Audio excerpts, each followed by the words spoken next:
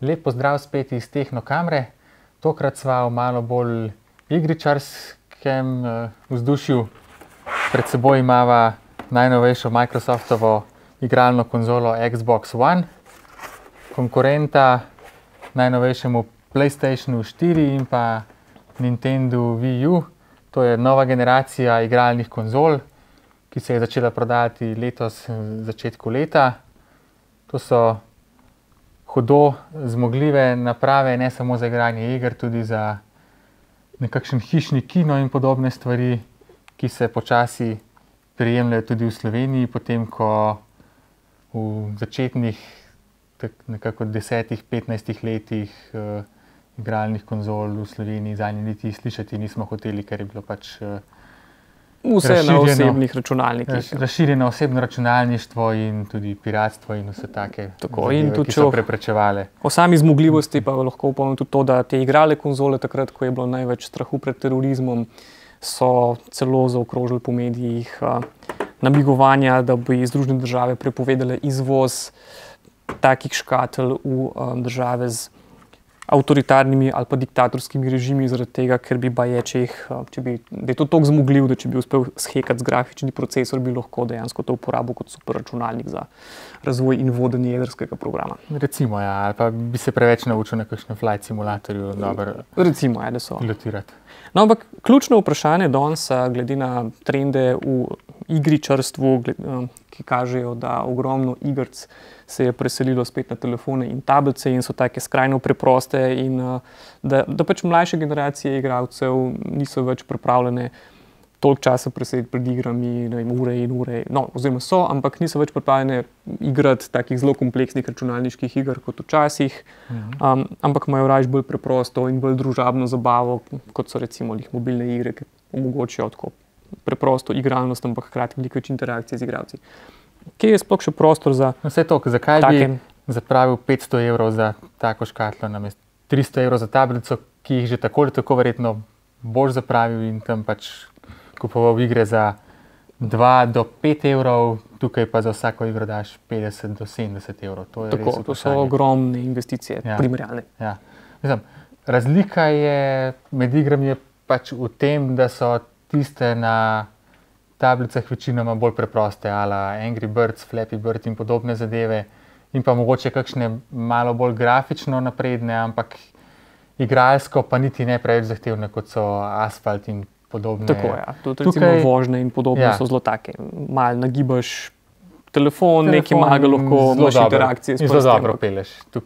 Tukaj recimo je ena prvih iger za ta novi Xbox je Forza 5, ki je podobna kot tiste na tablicah, ko saj tako na pogled zgleda podobno, pač dirkamo z avtomobili, ampak tukaj je to resno dirkanje. Tukaj takoj, ko avto malo uide izpod nadzora, si zunaj proge, se prevrneš, si v pesku, to je čisto nekaj drugega.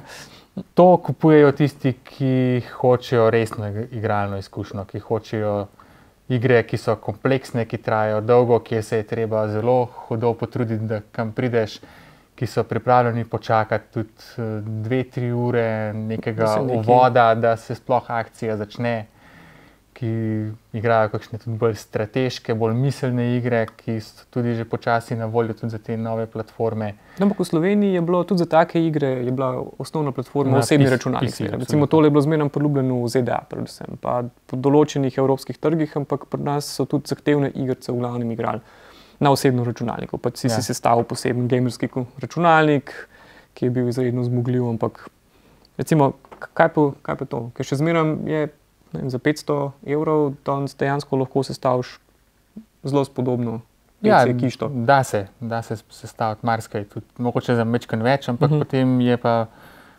nadaljna investicija dosti majhna. Se zato.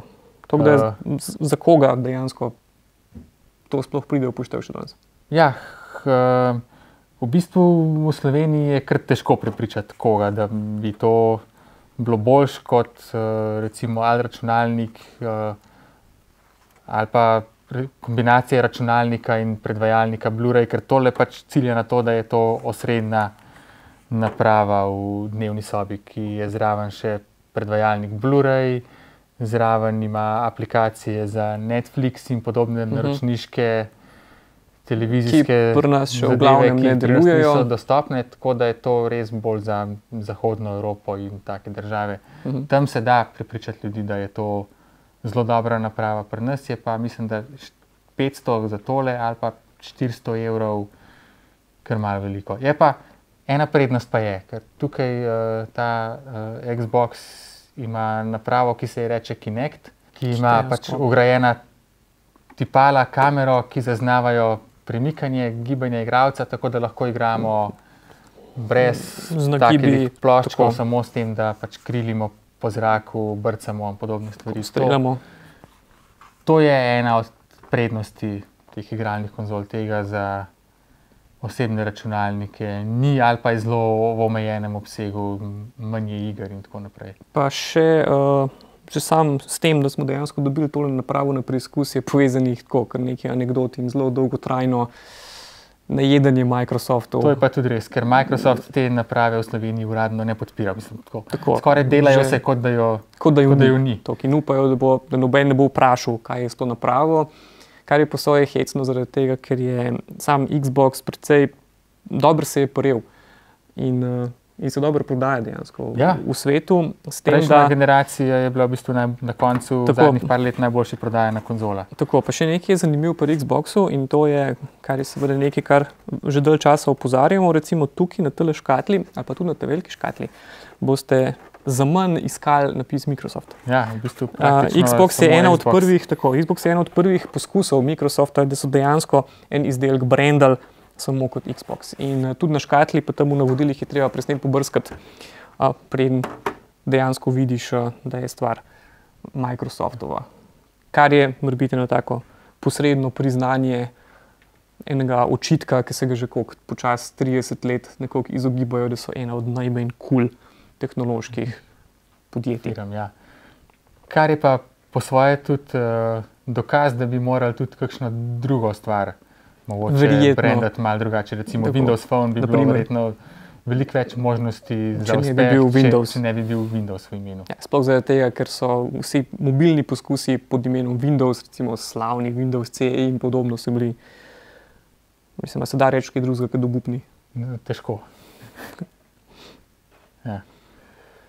Sprav, najmanj zaključek je, Xbox One, PlayStation 4 sta oba dva zelo dobri napravi, zelo zmogljivi, grafika v igrah je že na začetku neverjetna, verjetno bo, ko bodo razvijalci še malo bolj spoznali sistema, še veliko boljša.